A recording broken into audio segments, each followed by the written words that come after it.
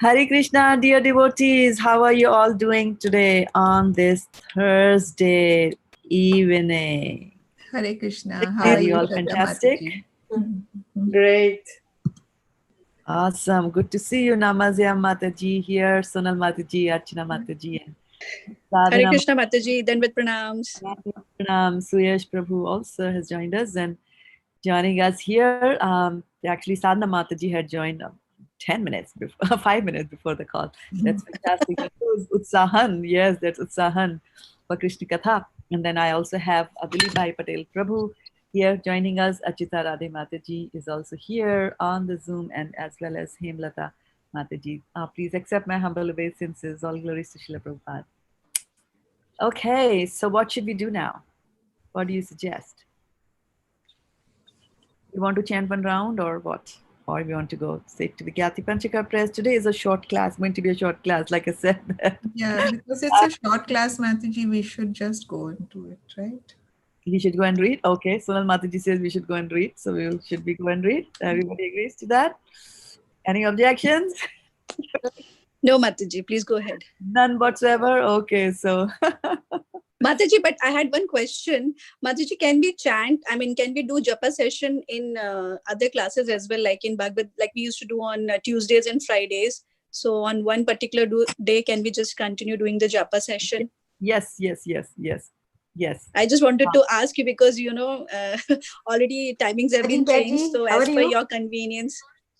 So right. I wanted to बस ask. fine. आप कैसे हो? आ गए घर वापस? So, Charu Mataji, mute. अच्छा. मैंने sorry to bother you. I know you are super duper busy all the time. So, so what I was going to say was that you reminded me of Friday. So tomorrow, instead of this class, we're going to have a reading for ISKCON of Silicon Valley on the Krishna book. There are certain days they'll be reading. And tomorrow, I have the good fortune of reading Krishna book with Shivas Pandit Prabhu. So instead of this call, it will be the other call. I'll post the Zoom details on our WhatsApp group so that you'll get that. Okay. Right. So class, Mataji, they were mentioned something about 4:30 in the morning, but we never received information. Say that again. What was that? Somebody was telling us about a class or something. Oh, right. Khyati Mataji. Let her come and we'll ask her. Okay. Right. Yeah, it was Khyati Mataji who was telling us about that, and she'll give you that. Okay. And Suyash Prabhu, I think, has already posted a reading order there. Yes. Fantastic. Yeah. Alrighty. And then without much ado, we will just get going here with the Vigyapti Panchaka prayers after a short prayer to the spiritual master here. I'm sharing my desktop number 2 momentarily. Om Jnanatimirandhasya Jnananjana Shalakaya Chakshurun Militam Yena Tasmai Shri Gurve Namaha. Matsamo nasti papatma naparadhi cha kasyana parihare pilajjami kim bhuve purushottama yuvati nam yatha yuni yunam cha yuvato yatha manobhi ramate tadvan mano me ramatam tvai bhumau skhalita padanam bhumirevavalambanam tvai jata paradhanam tvameva sharanam prabhu govinda vallabhe radhe prarthaye tvam naham sada Twadiyam iti janatu govindo mam tvaya saha Radhe Vrindavanadhishe Karunamritavahini Kripaya Nij Padabja Dasyam Mahyam Pradiyatam. All right, so can we have the final reading order, Sriyash Prabhu? Yes, Mataji. So, All right, Manasi. Hare Krishna. So the reading order is Sadhana Mataji, Sonal Mataji, Archana Mataji, Namasya Mataji, Charu Mataji, Priti Radhika Mataji, Varshana Mataji, Mansi, Suyash, Shraddha Mataji. Awesome. Thank you so much for creating that list. So let's get going with the translations. O Purushottam, or Purushottama, no sinner or offender is as bad as I am. How can I describe my shame? Just as the minds of young ladies take pleasure in a young man, and the minds of young men take pleasure in a young woman, kindly let my mind take pleasure in you alone. Just as the ground is the support for those whose feet have slipped, you alone are the only shelter for those who have offended you. O Srimati Radha Rani, beloved of Lord Govinda, this is my request. May you and Lord Govinda consider me one of your assistants. Hare Krishna.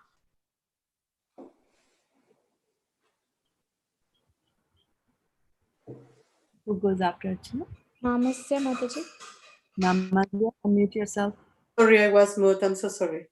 O Srimati Radharani, O Queen of Vrindavana, you are river flowing with the nectar of mercy. Please be kind to me and give me a little service at your lotus feet. Hare Krishna. Hare Krishna, thank you. I just wanted to share a little thing about this verse which Sonal Mataji read. Just as the ground is the only support for those whose feet have slipped. And so I was kind of just thinking about, like, sometimes how we just slip and fall down. So we were discussing in some other assembly, we were discussing about the fact that Krishna comes and takes incarnation in every species. How many species of life are there? 4,80,000. How many? 4,80,000? No. 8.4 million, Mataji. Yeah, 8.4 million, Mataji. Yeah, you had the numbers flipped, Manasi. How many? You said it is 8.4. 8.4 million. 8,400,000. Thank you. 8,400,000 species of life. And you can imagine that the way we define the species of life is not the same as how science defines species of life. For example, according to science, there's one species called human beings, right? Homo sapiens, and everybody is there in that category. But we have those who look like human beings are still classified according to the consciousness unto different species. Like we have devtas who look like human beings. We have asuras, suras, rakshasas, right? Like that. So we do the species according to the consciousness also. And so anyway, the main point was that God takes incarnation in every species of life. Can you give me some examples of God taking incarnation in animal species of life? Matsya, Matsya, very good. Boar, Mataji. Boar. Boar, give me the boar in Sanskrit. Varaha. Varaha. Varaha, right. Varaha. Tortoise, Mataji. No Kurma, tortoise. Mataji. Yes, Kurma. Kurma. Kurma. Kurma. Yes, and then anything else? How about a horse? Yes, Mataji. I agree. I agree. Right. So anyway, so the discussion going on was that God can incarnate even in the species of ants. And then one of the persons said that, oh, you know what? Then how dangerous is that? That we could be walking and we could walk over Krishna, put our foot on him, and then then somebody else said that, what? Sometimes when you're just walking and for no reason you slip and fall down, that's when you're stepping over there like that. But jokes apart, yeah, we do fall down. But the point to note is that, we are standing on ground, and when we are falling down, then our support at that time is also only the ground. Only. So the verse says only. The ground is our only support, right? Of course, ground itself is support by Krishna, but that's a different thing. So, and so that's the thing that we have to also remember, that no matter what we do, sometimes we offend somebody, and then we hold our clout. We have the backing of somebody bigger and more powerful in our life, and so we take the shelter of that person. But if you offend Krishna, there is nobody superior to Krishna that you can go to and get coverage for your deeds. You have to go back to Krishna and beg for forgiveness, and then do devotional service, wipe off your sins, and then pursue your life like that. So I just thought I'll share that with you. Okay, coming up next is our favorite prayer, Srimad Bhagavatam 1.1.1. Now, whose turn is it to read? And Varshana Mataji, are you in a mood to read? It's Charu Mataji's turn. Okay, Charu? I don't know if she's with us. Yeah, because I muted her. She was talking to some client. Yeah. Okay. Who's after Charu? It's Preeti Radhika. Preeti Radhika? Read? No read? Wait, yeah, I can read, but on the screen I see family business, your Facebook page. How come you see my family business page? Okay. I'm sharing my desktop. Start you, urgent. All right. Do you see it now? Yes, I see it. Okay. Give us the word. Okay, so I did practice it a little bit, and I'll try my best. Okay. Can you get it? Scroll it up a little bit? No, I'm just doing it in my mind a little bit, because a good beginning is a good ending. Right. Janmadiyasya. That's the Yeah. thing. Yeah. Janmadiyasya yato nevyat itiratas chartheshva abhignya swarat tene brahma hidaya adi kavaye muhyanti yat suryaha tejo vari mridam yatha vinimayo yatra trisargo mrsha Dhamna sevna sada nirishta kukuhakam kamam satyam param dhimahi. Okay, good attempt at that. Yeah, keep going. Okay, who's next on the synonyms? Who comes after Preeti? Me, Mataji. Hare Krishna, Mataji. Dandat Pranam. Mataji, a little bit part is covered with the Sanskrit shloka. Yes, Mataji. Om, O my Lord, Namah, offering my obeisances. Bhagavate, unto the personality of Godhead. Vasudevaya, unto Vasudev, the son of Vasudev. O Lord, Shri Krishna, the primeval Lord. Jan Adi, creation, sustenance, destruction. Asya, of the manifested universe. Yata, from whom. Anvayat, directly. Itarata, indirectly. Cha, and Arteshu, purpose. Abhigya, fully cognizant. Swarat, fully independent. Tene, imparted. Brahma, the Vedic knowledge. Hrida, consciousness of the heart. Ya, one who. Adi Kavya, unto the original created being. Muyanti, our illusion. Yat, about whom. Surya, the great sages and the demigods. Tejaha, fire. Vari, water.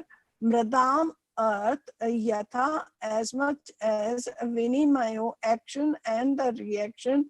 Yat, where upon. Three sarga, three modes of creation, creative faculties. Amrasha, almost factual. Dhamna, along with the transcendental paraphernalia. Swain, self-sufficient. Sada, always. Nirasht, negation by absence. Kuhukam, illusion. Satyam, truth. Param, absolute. Dhimahi, I do meditate upon.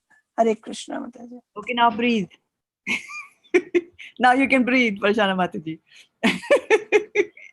You covered the whole thing in one breath. Okay, Translation. Who's going to do the translation? I'm Mataji.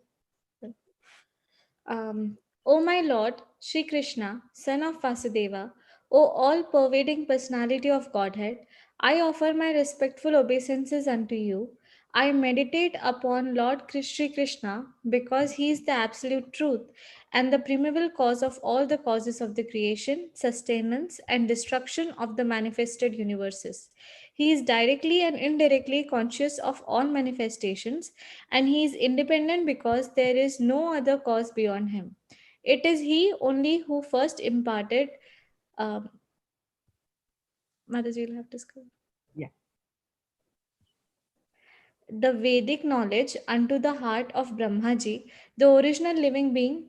By him, even the great sages and demigods are placed into illusion, as one is bewildered by the illusionary representation of water seen in fire or land seen on water. Only because of him do the material universes, temporarily manifested by the reactions of the three modes of nature, appear factual, although they are unreal. I therefore meditate upon him, Lord Sri Krishna, who is eternally existent in the transcendental abode, which is forever free from the illusionary representations of the material world. I meditate upon him, for he is the absolute truth. Haribol. Haribol.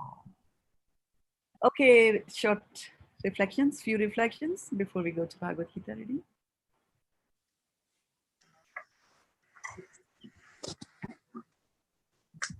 I meditate upon him who is the Supreme Absolute Lord. Hare Krishna. Very good. It's just to get there before you ask the question. But you took the juiciest part of the verse. I meditate upon him. That's Satyam Param Dhimahi. That's what it is telling us to do. Right? Yeah. Any other reflections from this long, beautiful verse?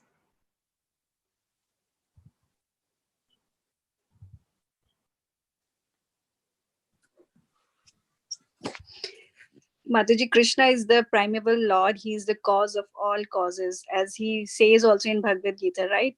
Aham sarvasya prabhavo mattah sarvam pravartate iti matva bhajante mam buddha bhava samanvita. So everything like spiritual, whether it's spiritual or material, everything emanates from me. So he is the object of meditation for us, for everyone, actually. Yes. What else did this verse talk about? Hare Krishna, Ma, I have a question. The portion where it is said that only because of him do the material universes temporarily manifested by the reactions of the three modes of material nature appear factual, although they are unreal. So how do I understand that? Like, I don't really understand that. See, that is what it is. Vimohan, we are all put into illusion. Okay, so let me just quickly share the part that hold on. Can you see it? The Facebook page again. Again, look at me. Some people never learn, including me. All right, share desktop number 2. Okay, yeah. Yes, we see. Right, so according to him, they appear factual, although they are unreal. Here.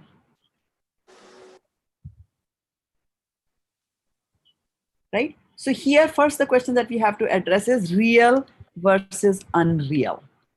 Okay? That we have to first understand. So some of the philosophies say that this material world is unreal. And they mean unreal in the sense that it doesn't exist. They're talking about reality versus non-reality like that. If you exist, then it is there. Then it is real. If it doesn't exist, then it is not there. And they say this material world doesn't exist. Whatever that you see, you are there, I'm there. This cell phone is there. All these things which are here, they are just imaginations of our mind. That's all we are imagining. And once we realize, when we become self-realized, then we'll know, oh, this was nothing. It was nothing. It was just imagination. And then I was just illusion, and I'm actually God. That's the ultimate that they tell you to do. So there's a couple of things that we need to look at when this word real and unreal is used. And Prabhupada explains that in Bhagavad-gita, Bhagavatam, several places he does that. And so first thing is that, real and unreal comes from the fact that who am I? You have to look at the reality from that perspective, right? So that is the biggest unreality, that I'm thinking that I'm the body and that I'm not the soul. And how come I get into this kind of an unrealistic thing? That is because Krishna does it through his potency, through his energy. What is that energy called, through which he does this to us? Yogamaya. Yogamaya. Yoga is the better one. Yeah. Oh, Maya. Maya, yeah, just Maya, Yeah. right? Yeah, so Maya does it. So through the agency of his external energy and through the medium of false ego, that we think that we are the body. So the unreality, it's not that this body doesn't exist, as some philosophers will tell you. So, and some philosophers will point out, no, the unreal part of this is that you are thinking you are this, right? So unreal is coming from that part. Okay. Then second aspect of reality and unreality is, for example, if a person is dating somebody and breaks up, goes and dates somebody else, breaks up, and then finally settles down with one person and then says, oh, this was a real relationship. Why were the other relationships not real? Right? So they are thinking from the perspective of continuity and stability and longevity. They are saying that, okay, things are real if they stay. If they are permanent, then they are real. If they are not permanent, then they are unreal. Right? So sometimes this material world is said to be unreal because it is unreal in comparison to the spiritual world, which is permanent and ever existing and eternal and unchanging, like that, right? So the concept of reality is coming like that, So it's not that the material world doesn't exist and Krishna is making us feel that it exists. That's not the part of the reality that we're thinking of. And it's very interesting that Prakriti is also in Bhagavad-gita will be called as eternal. Prakriti is this material world. Then the question will be like, why are you saying that this is eternal, right? Prakriti. So what really perishes is the manifestation of the various things like that, right? They all come from Mahat-tattva, and they are created and then they go back, when there is annihilation, they go back and they merge into the original tattvas which are there. So we have to, so sometimes Prakriti is also said to be eternal, and the eternal is coming because although it cycles through, so there is birth, death, old age and disease, but then you keep on getting this body again and again and again and again, these worlds get created again and again and again and again, so there is a continuum there, and in that way it's said to be eternal. So it cycles eternally. That's how it is to be understood. So these things about reality and reality, eternal, have to be looked at a little bit more, from different perspectives to understand what that means. Both those sentences over there means. Bhagavatam for definite and for sure is not telling you that this material world is unreal. Because right after canto number 1 of Srimad Bhagavatam, it goes into creation. It talks about, actually Sarga and Visarga are one of the 2 of the 10 topics that are discussed in Srimad Bhagavatam. And it says that this whole material world is created for us, so that to get our punishments and also to use our faculties to go back to Godhead again, like that. And chapters after chapters and cantos and cantos and cantos describe this material world. They will give you very detailed descriptions. Where is Gandhamadhan Hill? Where is Sumeru Hill? What is Sumeru Hill made up of? How many mountain ranges are there? Where does Hanuman live? Where does Shiva live? They will give you very detailed descriptions in Srimad Bhagavatam about all that. Not that it is all imaginary and not all that. When they are saying that because of Krishna, I'm thinking this is real, is that because of Krishna's illusion, we think that this is permanent.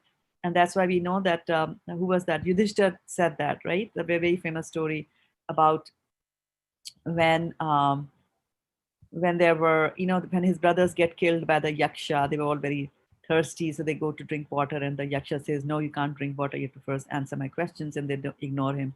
They drink the water, they die. And then when Yudhishthira finally goes to find his brothers, then the yaksha stops him also, and he says, no, you have to first answer my questions. And Yudhishthira says, okay.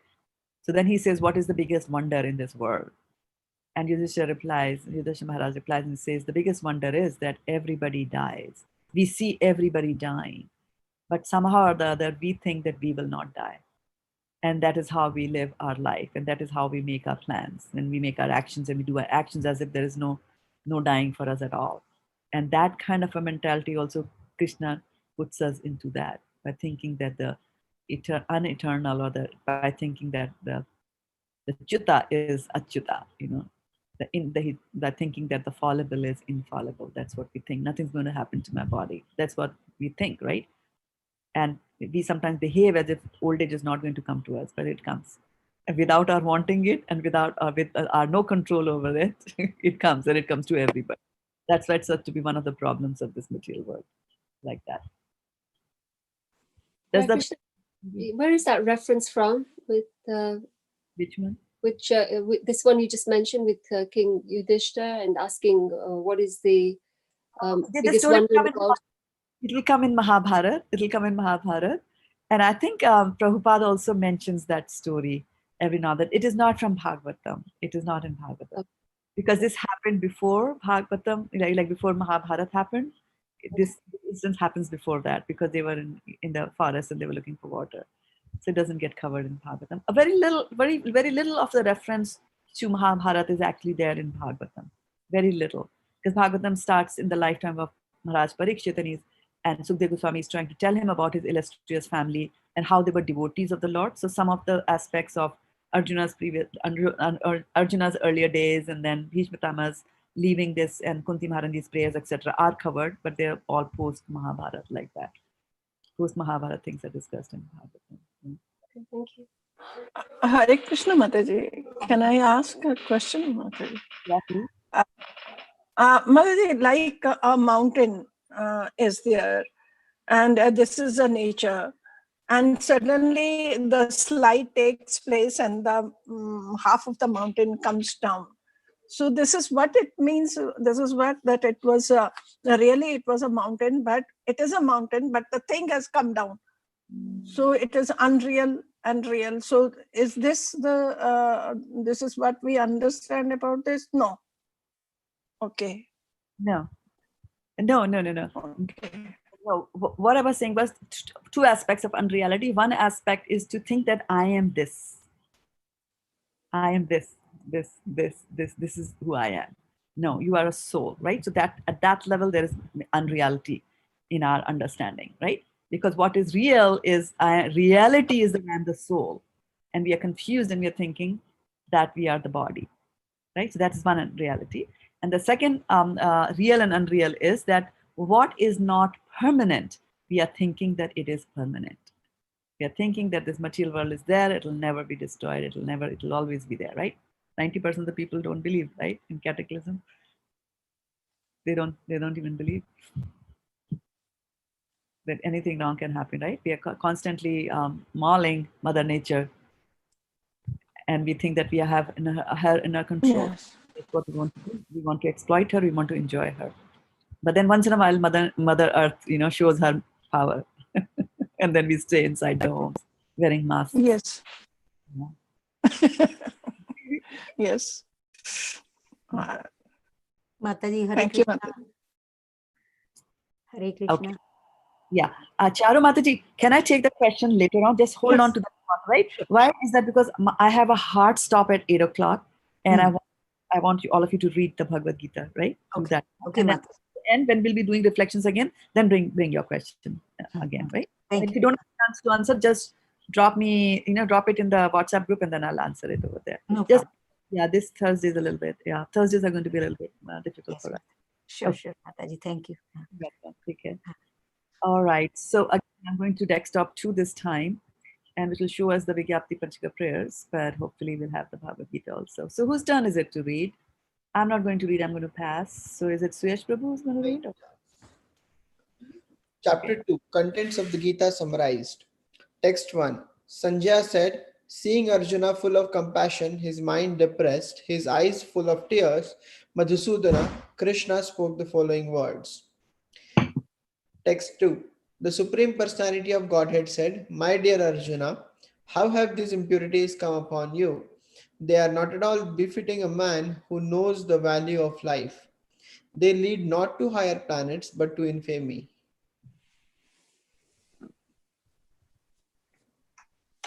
Text 3, Sadhana Mataji. Okay. O son of Pratha, do not yield to this degrading impotence. It does not become you. Give up such petty weakness of heart and arise, O chastiser of the enemy. Text 4. Arjuna said, O killer of enemies, O killer of Madhu, how can I counterattack with arrows in battle men like Bhishma and Drona who are worthy of my worship? Text 5. It would be better to live in this world by begging than to live at the cost of the lives of great souls who are my teachers. Even though desiring worldly gain, they are superiors. If they are killed, everything we enjoy will be tainted with blood. Text 6.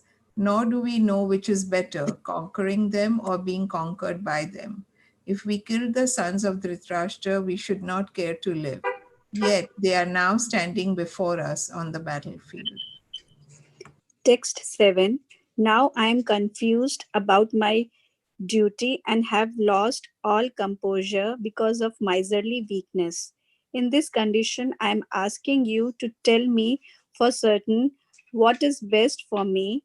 Now I am your disciple and a soul surrendered unto you. Please instruct me. Text 8. I can find no means to drive away this grief which is drying up my senses. I will not be able to dispel it even if I win a prosperous, unrivaled kingdom on earth with a sovereignty like the demigods in heaven. Hare Krishna.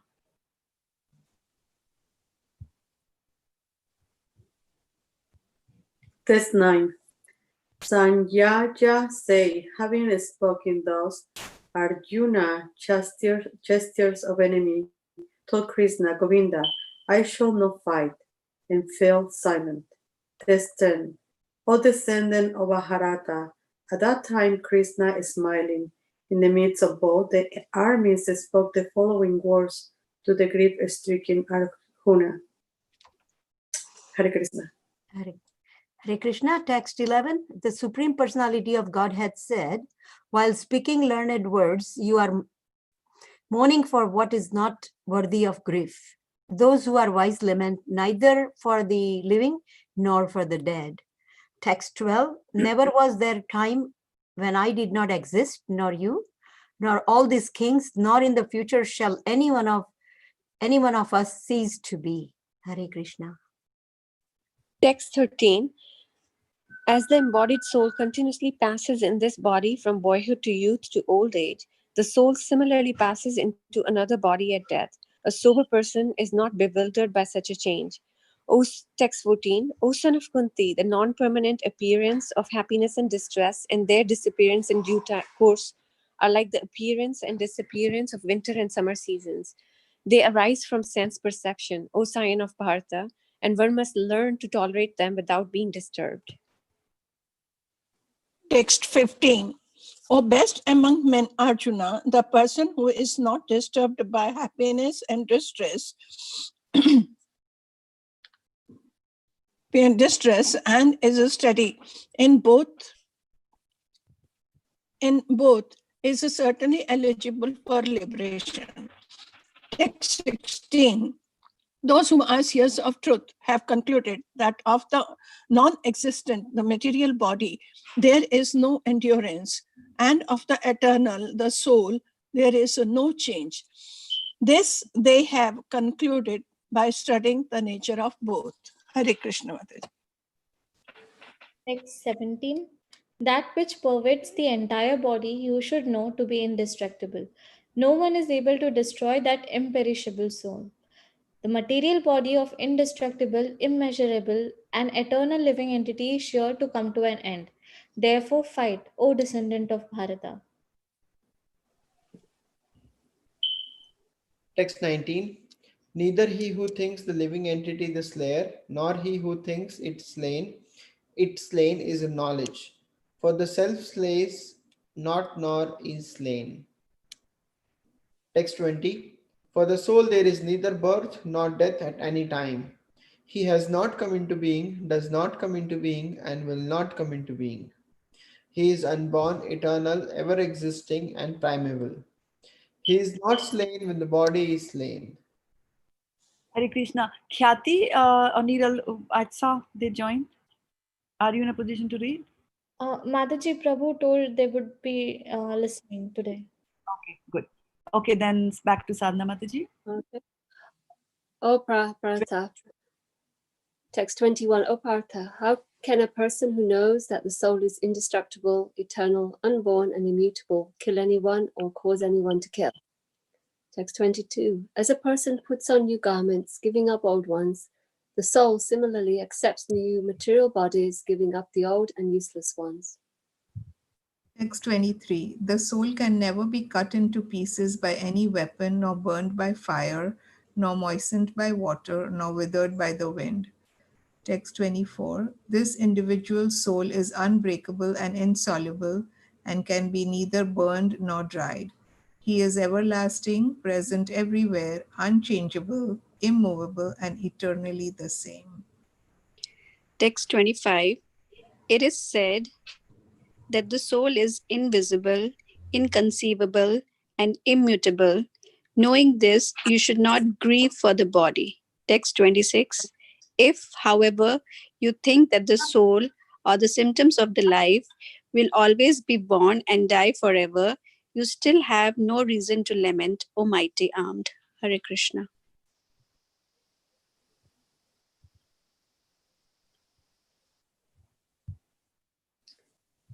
Text 27. One who has taken his birth is sure to die, and after death one is sure to take birth again. Therefore, in the unavoidable charge of your duty, you shall not lament. Text 28. All created beings are unmanifested in their beginning, manifest in their interim state, and manifest again when annihilated. So what need is there for lamentation?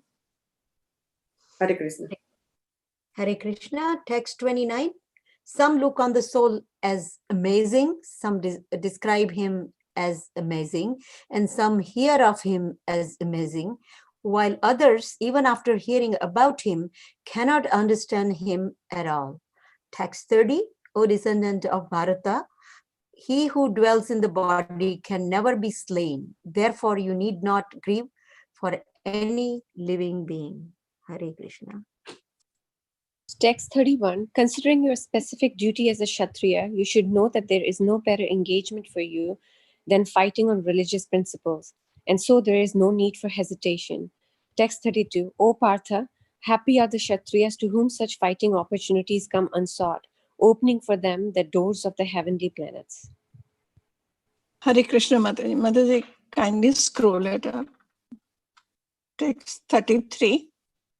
If, however, you do not perform your religious duty of fighting, then you will certainly incur sin for neglecting your duties and thus lose your reputation as a fighter.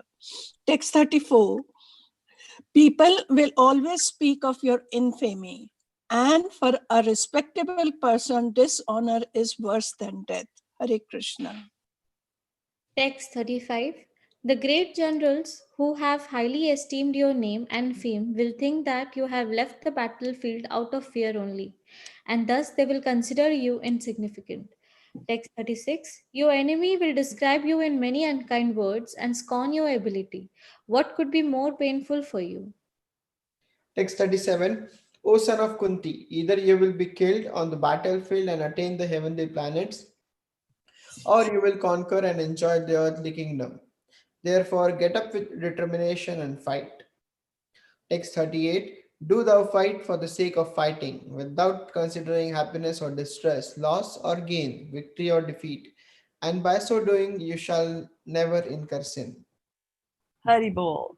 Okay, and the verse for today is text number 36, and it goes to Sadhana Mataji.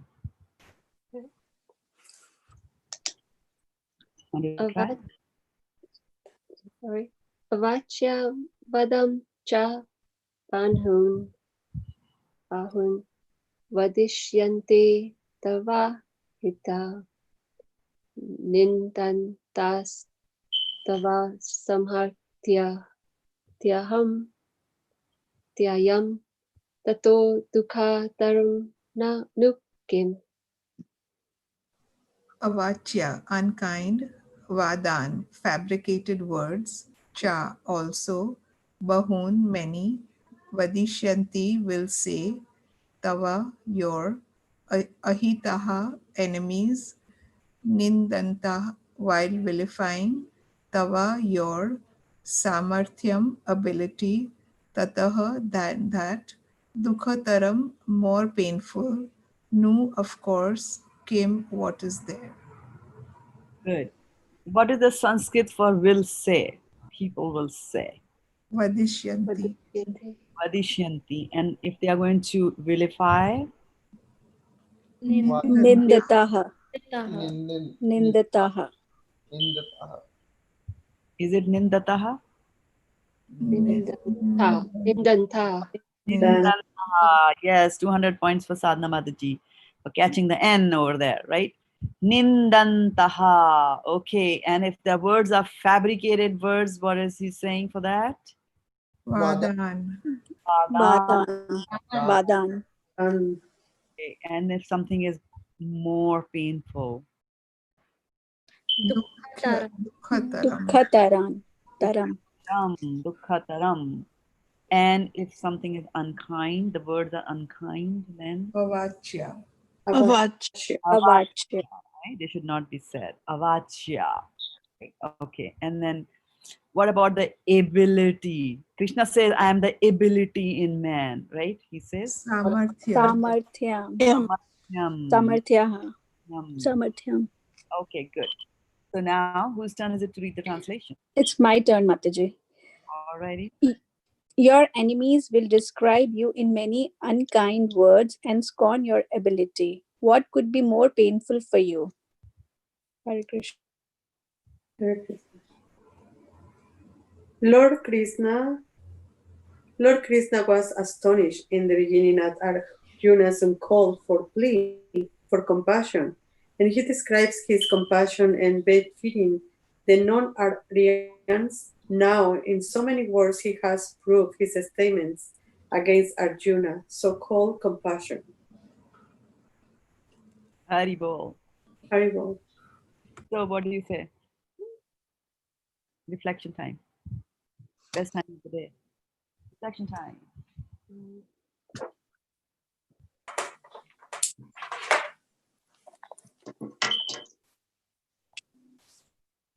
Krishna is trying to wake up Arjun to his misplaced compassion by giving him another kind of argument that you will be scorned and the other people will vilify your good name. Right. So one more dose, huh? From Krishna. Yes, Mataji. Is telling him that your this thing, compassion is not correct, and rise and fight. So he's again stressing on this, that this is not the right thing to do. All right, good. It was a very short translation. Okay. It's uncalled for plea for compassion. You're doing it on your own. Nobody even asked you to do that, right? And you are a Kshatriya. And he's doing this. Right? Okay, good. What else? Mataji, I really liked how Krishna specifically he's using the words avachya vadan to tell Arjuna, like, if he chose to, retire from the battlefield, his enemies, they will, say many harsh words to him. And he'll be in a state of, mockery then. So it would, be very painful for him. So better, stand up and fight instead of, being so compassionate for his relatives and teachers and grandfathers. So he should just rise and fight. Right. So, yeah. Mataji, he has used here also that it is non-Aryans. And the beginning also here. Yes. Right? Anaryajushtam aswargayam karam Arjuna, right? Whatever you're saying, you will not go to heaven are doing that. It's anarya. And what was so special about being an Aryan? Why is he saying Anarya? Well, he's saying in a different way, but in the beginning of chapter 2, he said, Anarya, you're behaving like a person who's not an Arya. So what is so special about being an Aryan? What One who knows the value of life. do they know the Value of life. and what is the value of life? And what is life? Basically, this life should be used for self-realization. Yeah, but when they say life, what does it mean? What distinguishes an Aryan from others is the fact that the Aryan believes in the existence of a soul. So they believe in the existence of a soul. Not everybody does that like that. They don't believe in the soul. There are so many who don't believe. Do they? Does everybody in the world believe in the soul? Not everybody does it, right? There's so many who believe that after death is finished, nothing, gone, nada, over, right? So the value of the life comes from the fact that there is a soul, which is eternal, which is real, right? And that is the real value. So the behavior of an Aryan should be like that. So here, when Arjuna is saying, how will I kill my this, how will I kill my uncle and all, then Krishna was reminding him at that point that, this is Anarya, because an Aryan won't even talk and lament about death, because to an Aryan, he knows that this is just a bodily change, which he later tells in the second chapter, that just as you take change, just as you remove old and worn out clothes and put on new clothes, similarly, the soul also gives up an old body and takes a new one, like that. Right, so he's saying that. So Anarya, yes, good point over there. Anarya. What else is there? Let me bring up the verse again here, because I wanted to ask you all a question on this. And this time, hopefully, Preeti, I'll share the right text up here. So he's saying, your enemies will describe you in many unkind words and scorn your ability. What could be more painful for you?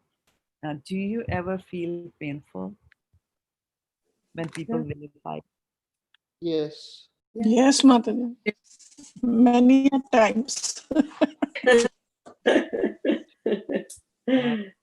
Right. So that's what Krishna is telling them here, that they will do that because they are your enemies. So they will say bad things about you. So let's look at the scriptures and see what are some examples of bad things that were mentioned that comes to your mind. What things have people spoken from our scriptures? Who used to say bad things about God? Duryodhan. Duryodhan, very good.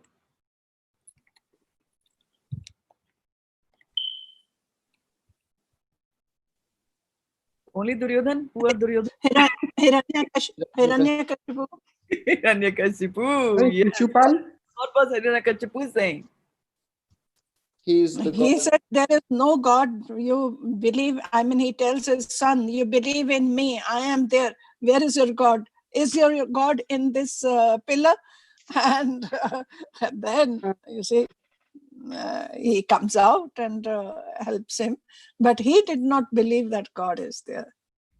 So he used to speak he used to speak against Krishna. Yes. And I heard somebody else also say something. Thank you, Varshana Mataji. Yeah. Mataji, Shishupal? Shishupal, yes. And what was Shishupal? Tell me the deal about Shishupal. Yeah, I think he had like 100 offenses that he could have said in the courtroom, and he just kept on blaspheming Sri Krishna. And at the 100th one,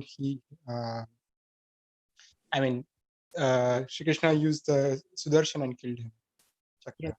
Yeah. Okay, more examples. So Hiranyakashipu. What about Hiranyakashipu's brother? Who is Hiranyakashipu's brother? Hiranyaksh. Hiranyaksh, right? Hiranyaksh. Right? Who did Hiranyaksh fight? Which avatar of the Lord did he fight? Both Varahadev. Right, yes. Keshavadhitta Shukara Rupa. Right, that one. Okay, talking about, so this is like an outright blasphemy of the Lord that people have been, they do, right? What about Kamsa? Miss Kamsa? What Mataji, about couldn't get your question, Mataji. what about Kamsa? Kamsa?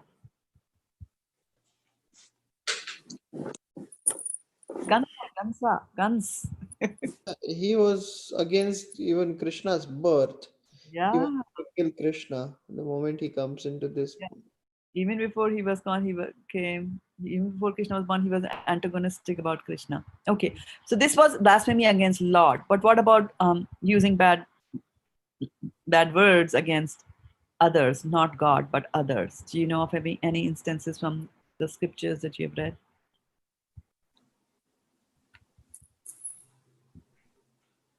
Wow. Yudhishthir, not Yudhishthir, sorry, Mataji. Duryodhan.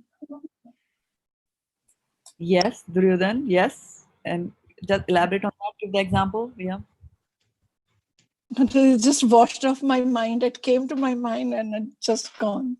Okay, it'll come. Mataji, how about Suruchi saying to Maharaj Dhruv? Yeah. Dhruv. Yes. Yes. Good for 200 points. Yeah. Mahabharata is full of all kinds of words. Yeah, for Draupadi, we had so much in the Chiraran. Yeah.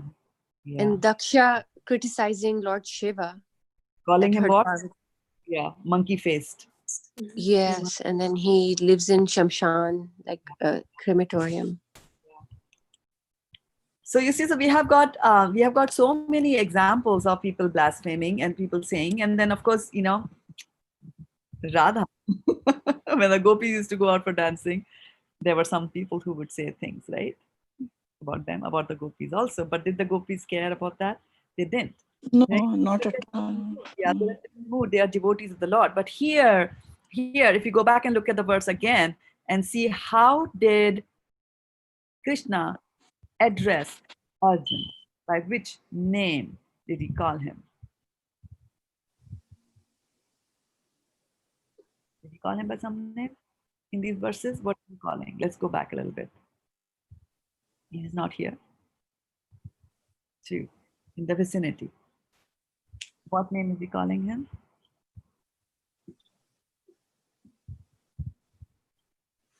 What did he call him? Yeah.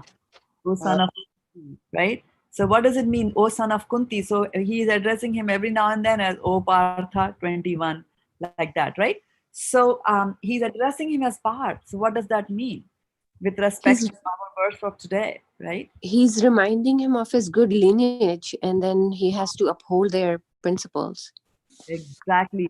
And then, so you see that people are going to say bad things, and right next in the next verse, he again say, "O son of Kunti," like that. So he's actually reminding that people will call you bad names, and you will lose your fame, right? You're a famous person, you will become infamous. But in addition to Arjuna, who else will be infamous? Whose son ran away from the war? Kunti. Yeah, the family. Kunti. And then Arjuna is known for being a dharmatma, in the sense that he fights for the dharma, right? He's a good atma. He fights, he upholds the religious principles. And the person who is supposed to uphold the religious principles and one who has created the religious principles is Krishna. So if Arjuna does such a thing like that, not only is Arjuna's reputation going to be bad, people are not only going to say bad things about Arjuna, they'll say bad things about the mother and also say bad things about Krishna. About right? Krishna. Like that. So everywhere this is going to be like, you have to remember. So he's telling Arjuna that, right now, and he'll say that later, but he's building the case for it that you are saying all this because of your misplaced compassion, but you're actually a Kshatriya. Your consciousness is like that of a Kshatriya. And you will, against your whatever you're thinking, but your nature will overcome you and you will fight. You will fight as if you're forced by somebody else to do it. Chapter 3 will talk about that. So Krishna is telling him, and these words that people, these words that people utter, right? once the word comes out of your mouth, number one, it does not go back in. And when it comes back in from somebody's mouth and it enters your ears, and from your ears, it'll go and sit in your heart and be there all the time. It'll go and put an impression on your mind in forever. So that's why somebody says bad things to us, and then that moment is gone, the moment has passed, but we can think about that forever. Till the end of our life, we can think about bad things that people said to us. And one of the things that we have to always remember is that, they say that if you put two vessels together, there'll be some noise. Okay? So similarly, we are souls, we are put in this vessel and somebody's put in some other vessel. And if you bring them close together, there will be some noise. So it's very common thing for us to have a difference of opinion and, clashes and things like that. And sometimes, people in a family might say certain things when they are under the control of anger. So due to anger, they will say something. And they said it is let out of their mouth. Now it has through your ears, it has entered into your heart. Now it's entirely up to you how many times you want to retrieve it, how much you want to judge that person for what they said, right? We would not be like to be judged by others based on our weaker moments, right? We all have our good moments and our bad moments. So if we are in a bad moment, we did something, under the influence of whatever, and then people just label me and categorize me according to that.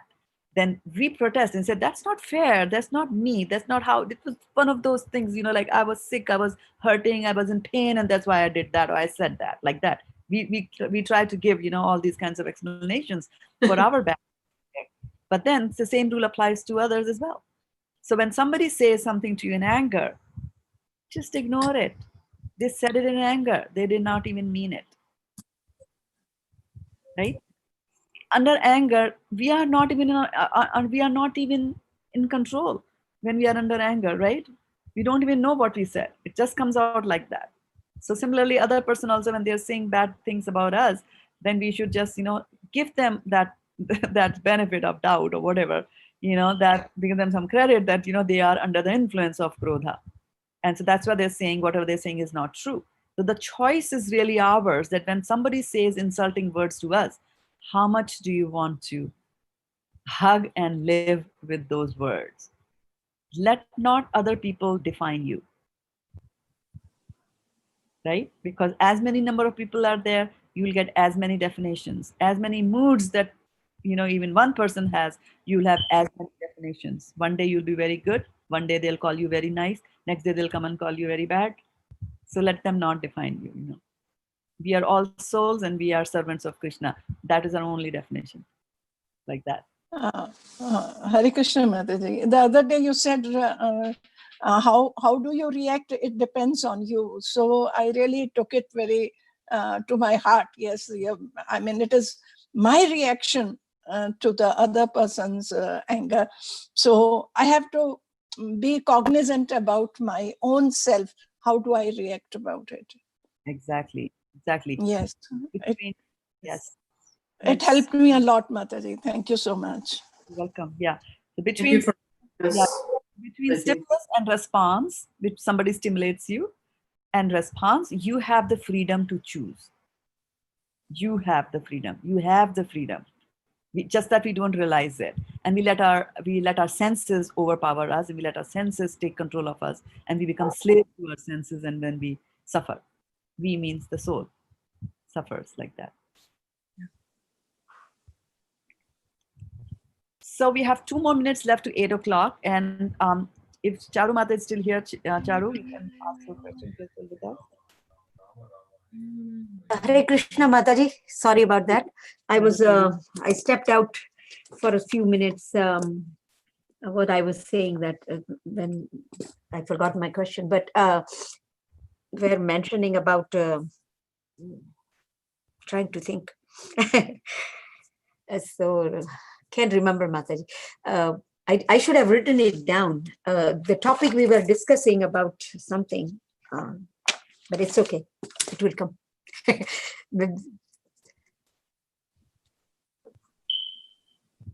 Krishna. No problem.